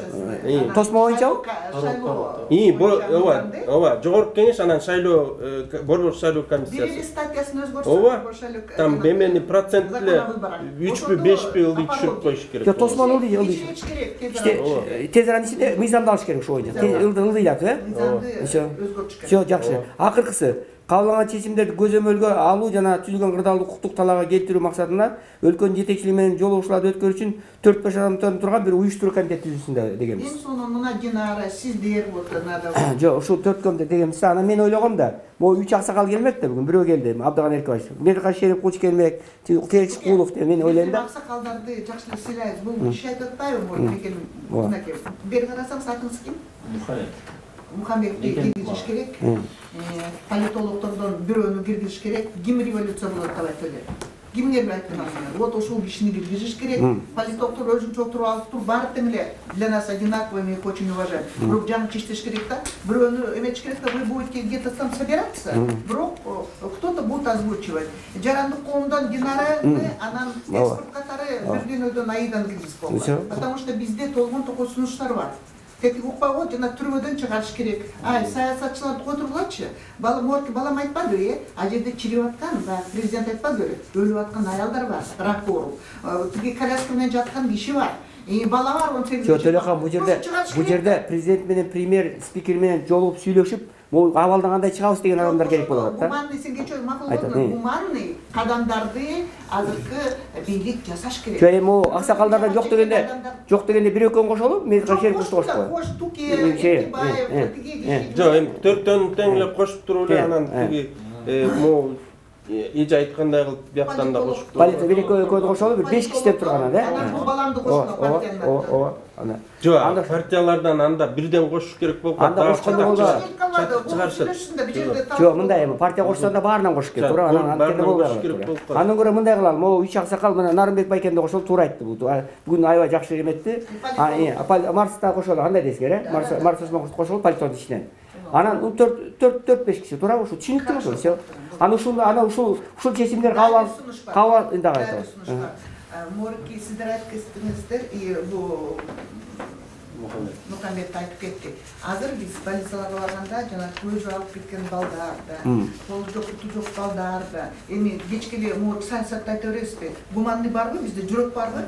Айтыш керек. Гуманитарный жардам бериш үчүн жана морки риск жана конфликттерди чыгарып кетиш үчүн чрезвычайный план действий надо правительство. Ошону караш керек. Антесе тетекта майлысуу, тетекта кумтор алтынды дагы алып атышат. Тиги солор эмне болуп кеткен? Жа революциядан жаракат алган балдарчы, мына бир колун ажыраптыр, көзүн ажыраптыр. Туура кече айтпады.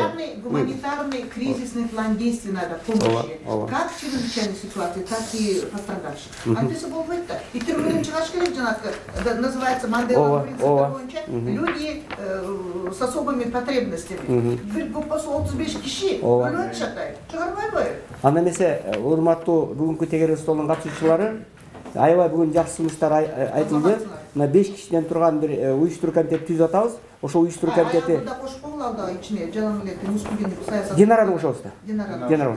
Ушул уюштуруу комитети Кудай берсе ушул бүт президент баштап премьер спикерини жаңы сайланса менен жолугуп, канткенде ушул абалдан чыгабыз деп ушуну талкуулап, анан маселе өзүнүн сунуштарды берип, дагы мындан да чоңураак, дагы кененирээк эл аралык уюмдарды баарын катыштырган бир чоң бир талкуу уюштуралы.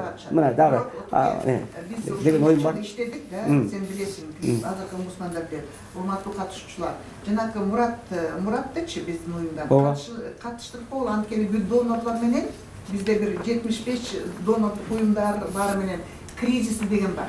Жанагы фонящие, аябай опыт алуу нерселер, ошол билет. Ошону да кошуп койгула. Айтып атпайм мен, ал айтып атпайм. Айтып атпайм, ким тиги Динара кирди, айтып атпайм, ким тиги Марс кирди. Аны сени менен иштейбиз. Анан кой туралычы азыр Мурат. Эми ал жаш бала, ал жардам берсин, пожалуйста. Эми бул айтып атпайм, азыр могу переговорлор жүргүзүү, эми сен менен иштейбиз да, өзүң менен иштейбиз. Ошол үчүн баарыңыздарга мына айрыкча ошондой түшкөнгө мындай уполномоченныйбиз. Жок, бул иштеп атабыз, жүрүшүп сүйлөшүп атпайбызбы? Это малая группа, которая ведет переговоры давно, да. Анан чоң да, анан мындай деген акырында чечим кабыл алып, бияка кошумча. Ушунун форматын чоңойтуп, кененирээк, тегерек столду жолугуп, бир өткөрүп, анан президенттин катышуусу менен өткөрүлдү деген ой бар. Президент, премьер, өкмөттүн башчысы, спикер катышсын деп аракет кылабыз. Анан айрыкча мына КТР баштаган, Азаттык радиосу баштаган.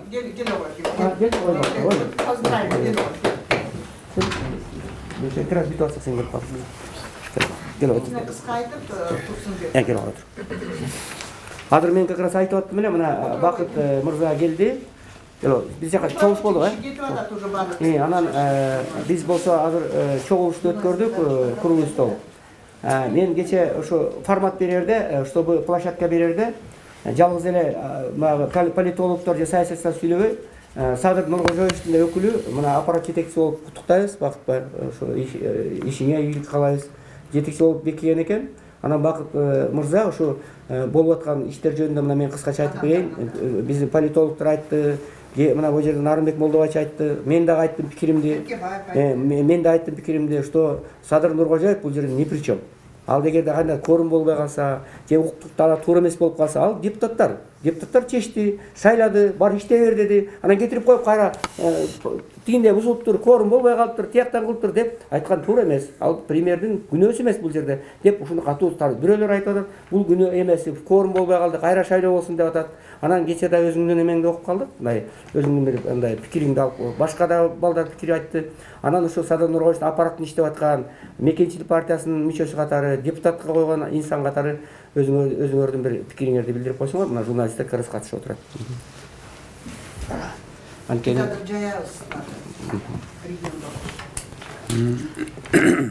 биринчиден куттуктайм, Бакыт. Аппарат жетекчиси болуп. Рахмат.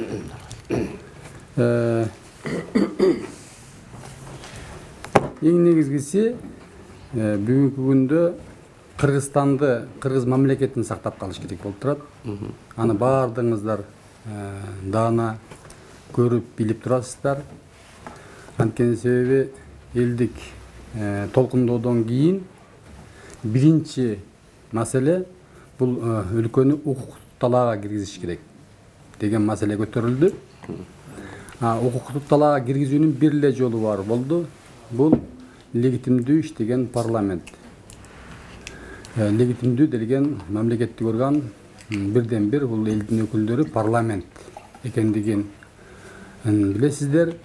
Парламент бир эмес эки жолу отурумга чогулуп, акыркы отурумунда өкмөттүн курамын, өкмөттүн программасын, структурасын бекитип, Жапаров Садыр Нуркожоевичти өкмөт башчылыкка бекитишти. Эми бул жерде, бул маселеде ар кандай пикирлер айтылып атышат, депутаттар тарабынан, башка бийлик өкүлдөрү тарабынан мурдагы айтып атышат. Легитимдүү болбой калды, кворум жок болуп калды деп. Бул жерде эми маселе мындай да. Мамлекеттин тагдыры чечилип атканда, мына ушундай кырчалыш мезгилде депутаттардын баардыгы ошол жерге келип катышып, өзүнүн пикирлерин айтыш керек болчу. Туура. Ал жерге мурдагы бийликти жактаган, мурдагы бийликтин жандоочулары баардыгы келип туруп, сындарын айтып, өздөрүнүн пикирлерин айтып, кворумду түзүп туруп, ошол бийликти легитимдештирүү, бийликти мыйзамдуу талаага түшүүгө өздөрүнүн көмөгүн көрсөтүш керек болчу. Бул алардын бир жагынан жарандык милдети, эң маанилүүсү алардын депутаттык элдин алдындагы милдети болчу. Ошондой милдетти аткарыштын ордуна кайрадан ар кандай сөздөрдү айтып атышат. Легитимсиз болуп калды, депутаттар кворум болбой эле өттү деп. Бул боюнча мен мындай демекмин да, ал жыйын 12-де башталыш керек болчу. Депутаттарды күтүп отуруп кечигүү менен башталды. Келгенден кийин депутаттар баардыгы чогулуп бүткөндөн кийин Мыктыбек Юсупович Абдылдаев мурдагы спикер кворум болду. Онча депутат катталып отурат. Кворум жогорку кеңештин жыйынын баштасак болот деп жарыялады. Жарыялап туруп, андан кийин ишин баштады. Мына ушундай учурда ошол легитимсиз болуп калды деген депутаттар ошондо ошол залдан чыгып кетпей эле ошол жерде отуруп өзүнүн пикирин айтса деле болмок да. Бул биринчи жагы. Экинчи жагы мындай мезгилде Кыргызстандын алдында эки эле жол турат да. же мыйзам талаага түшүшүбүз керек, же болбосо Кыргызстанды мына ушундай башаламандыкка жол берип, өзүбүздүн мамлекетибизди жоготуп алышыбыз керек. Ушул эле жол турат. Ошон үчүн мына ушундай жолдон, ушундай кырдаалдан чыгыш үчүн биринчи кадам ташталды. Легитимдүү өкмөт башчы шайланды. Бул иштеп атат, ар кандай сындар айтылып атат. Бирок мен ойлойм, баардык Кыргызстандын элин колдойт. Алдыга жылыш керек. Дагы адамдарды шилтей бериш керек. Эң башкысы мындан кийинки мезгилде конституциянын бузулушуна жол бербеш керек. Эгерде мүмкүн болсо, мына ушул нерсеге абдан көңүл бурулуш керек деп ойлойм. Садыр Нуркожоевичтин эң негизги максаты бирөө эле Кыргызстанды мына ушундай укуктук талаага түшүрүү, түшүп баратат. Экинчи, кааласа бардык саясий партиянын лидерлерине, шайлоого катышкан партиянын лидерлерине да катышып атат. Жаштарга да кайрылып атат. Өкүлдөрүңөрдүн өкүлдөрүңөрдү бергиле. Кайсыл тармакты тартып кете алышат? Кыргыз элине пайдасын тийгизе алышабы? Билим деңгээли, тажрыйбасы жетеби? Жетсе бергиле. Карап көрөлүк. Азыр өкмөттүн курамы мурдагы курам менен эле турат. Өзүнүн командасын, жаңы балдарды алып келелек. Айтып атат. Келгиле. Өкмөттүн курамын жаңылайлык, эгерде сунушуңар болсо. Эң башкы максат азыр жакында, мына кыш жакындап келе жатат. Ковид турат. Мына ушулардын бардыгын алдын алыш үчүн бир жеңден баш, бир жакадан баш, бир жеңден кол чыгарып, Кыргыздын макалында кетиш керек, мындан башка жол жок деген сунушту айтып атат. Анан экинчи максаты турукташтырып туруп өлкөнү мыйзамдуу жолго салгандан кийин эркин шайлоо өткөрүш керек. Адилеттүү парламенттик шайлоо өткөрүш керек. Адилеттүү парламенттик шайлоо таза өтүш керек. Административный ресурстар колдонулбаш керек. Мыйзам бузуу болбош керек деген сунушту айтып атат. Мунун эмнеси жаман? Мен ойлойм, мунун баардыгы кыргыз элинин күткөнү да ушул болчу. Ошондуктан мен ойлойм, бул маселеде жаңы шайланган өкмөт башчы Садыр Нуркожоевичти колдош керек. Баардыгыбыз чогуу колдоп, Кыргызстанда адилеттүү парламенттик шайлоо өткөрүп, чыныгы элдик парламентти алып келип, Кыргызстанды мына ушундай экономикалык туңгуюктан дагы чыгарып кетиш керек деген максат. Мына ушундай максатты баардык эле жарандар колдойт деп ойлойм. И баардык саясий партиянын өкүлдөрү деле колдойт деп ойлойм.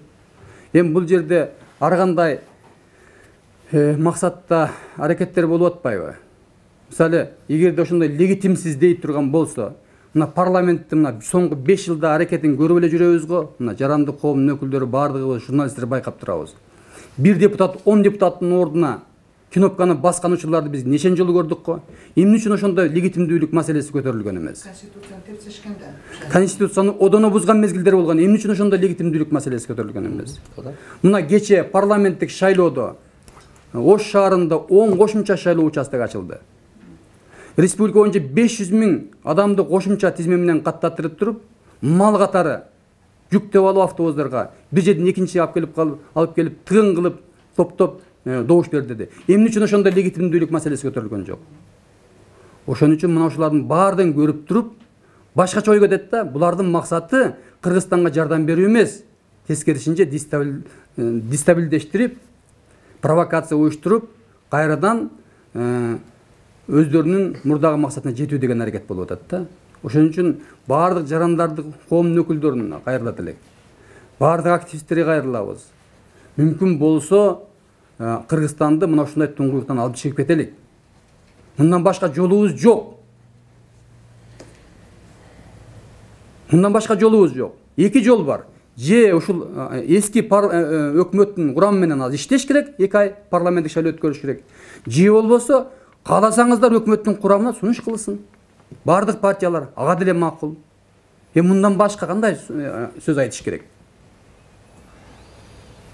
Ошон үчүн Кыргызстандын келечеги дегенде бардык атуулар ойлойм бир пикирге келебизби деп.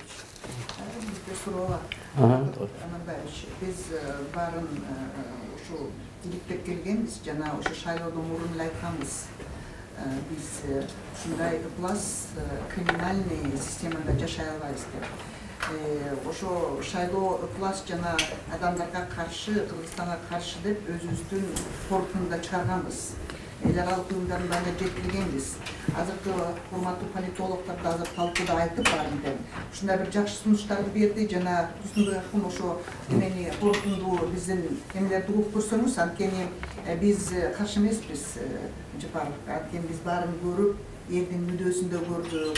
Алайлык балдар эмне үчүн өлүп атканын, эмне үчүн тиги лейлектен бала келип өлгөнүн, 750 жарадар, эмне үчүн реформа жасалбай милиция, ал деген советский милиция да, кызыл милиция. Мына балдарды атты, кадимкидей атты. 13-жылдын сабагын алган жок, 5-жылдын сабагын алган жок. Чекисттер кадимкидей баарын басты. Бүгүнкү чейин ушу репрессия болуп атат. Ошон үчүн биринчи кадамдар ошол Мырза Жапаров да легитимдүү процесске кириш керек. Ошол депутаттарды алып келиш керек. Анткени бул согуш болуп атат. Бул согуш да чын эле. Ошо азыркы мынакей шайланды, бирок ошондо дагы легитимный процесске кириш керек. Жана биздин сунуштарды угуп койңузчу, балким жеткизесиз азыр Мырза Жапаровго. Чогуу талкуулайлык да жардам берелик. Туура ошондой эле. Баардык сунуштарды бергиле. Мен дагы айтып коеюн. Жерде жантан бери аябай көп сөз болду. Абдыган Эркебаевич бир топтор сүйлөдү. Нарымбек Молдобаев. Эч ким деле каршы болгон жок Садыр Жапаровго. Бир гана нерсе, жана Садыр Жапаровду көрсөтүп атканда ал айтты, мен конституцияны өзгөртөм деп. Кантип конституцияны өзгөртөт ал? Ага деген милдет коюлуп атат да, шайлоону өткөрүш керек деген. Ал конституцияны өзгөртөм, бир мандатты кылам, ал бул деп, ошондон бүт бардык саясий элита баары тең эметип атат азыр. Кандай болот, каякка кетебиз деп. Ошондой нерселер мыйзамдын алдында азыр мына легитимность деп атпайбы, мына ээске чейин президентти признавать этип атат. Ошондой мыйзамдын алдында кетиш керек. Мыйзам менен кетиш керек. Мына 45 күндө дедиби, 45 күндө шайлоосун өткөрүш керек. Азыр жерлерде комитеттерди түзүп атат. Ар ким, ар бир айыл өзүнүн тиги эмесин мүлкүн коргоо боюнча. Граждандык согуш болуп кетет деп элдин баары корко баштады уже. А силер болсо конституцияны өзгөртөм, анан минтем деп отурсаңар, силерди да алып түшөт да. Конституция главный эмес. Мына мен кайратталып коеюн сөзүм. Конституция 3 жолу революция болду мына. 3-чү, 4-чүсүндө революция болот, конституцияны өзгөртсөңөр деле. Себептен саясий элита дайым эмес болуп атпайбы? 10 жолу өзгөртүлдү. 10 эмес, 90 өзгөрт. Конституцияда проблема эмес, саясий элитада. Өзүбүз түшүнүшүбүз керек ситуацияны, өзүбүз ошондой багыттарда, ошондой немелерде, мындай дүйнөлүк уровеньде баягы аракеттенишибиз керек да. Ага чейин мен 2010-жылы эле айткам, ошондо баары тең таң калган эмне, дагы атат дегем, дагы атат, дагы өлөт, дагы 99 жолу атат. Себептен конституцияда эмес маселе, маселе өзүбүздө элде, саясий элита бир эмеге келип, ошондой негизде бири-бирин алдабай, тиги партияны мен утуп кетейин, минтип тигинтип, ар кайсы жол менен тигини мен минтип кетейин дебей, мондай биргеликте, консенсуста, ар бир талаш маселеде консенсуста иштөөдө. Маселе ошондо. Башка эч нерсе жок бу жерде. Анан экинчи мен эметип коеюн, экинчи эме болду. Бакыт атайын келип калдым. Садыр Нурбаевичке айтып койгула.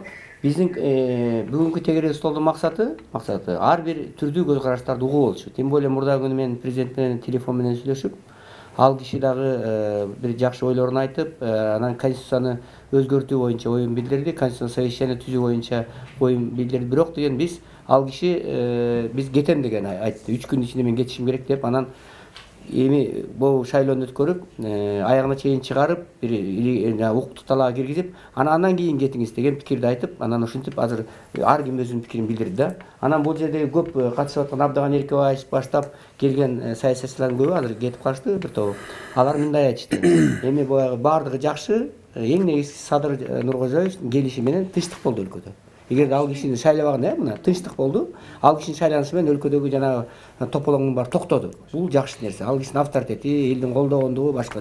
Бирок кандай болгон күндө дагы Төлөкан айткандай, мына Абдыган Эркебаевичтер, башка юристтер дагы кандай болгон күндө жанагындай күмөн болуп атканда, бул ал премьердин күнөөсү эмес, Садырдын күнөөсү эмес, ал депутаттардын күнөөсү. Депутаттар чогулуп ошону оңдоп койсун процедурасын. Оңдоп, өзлөрү чакырып, мына бул жерде момундай кылып кечирип койгуңуз Садыр Мырзабаевич. Биз могу жерден кетирип алып туруп, оңдоп койсун деген пикирде болот азыр. Ал эми дагы бир депутатыбыз, мурдагы депутат Нарынбек Молдобаевич ачык айтты, силерге мен толугу менен каршымын.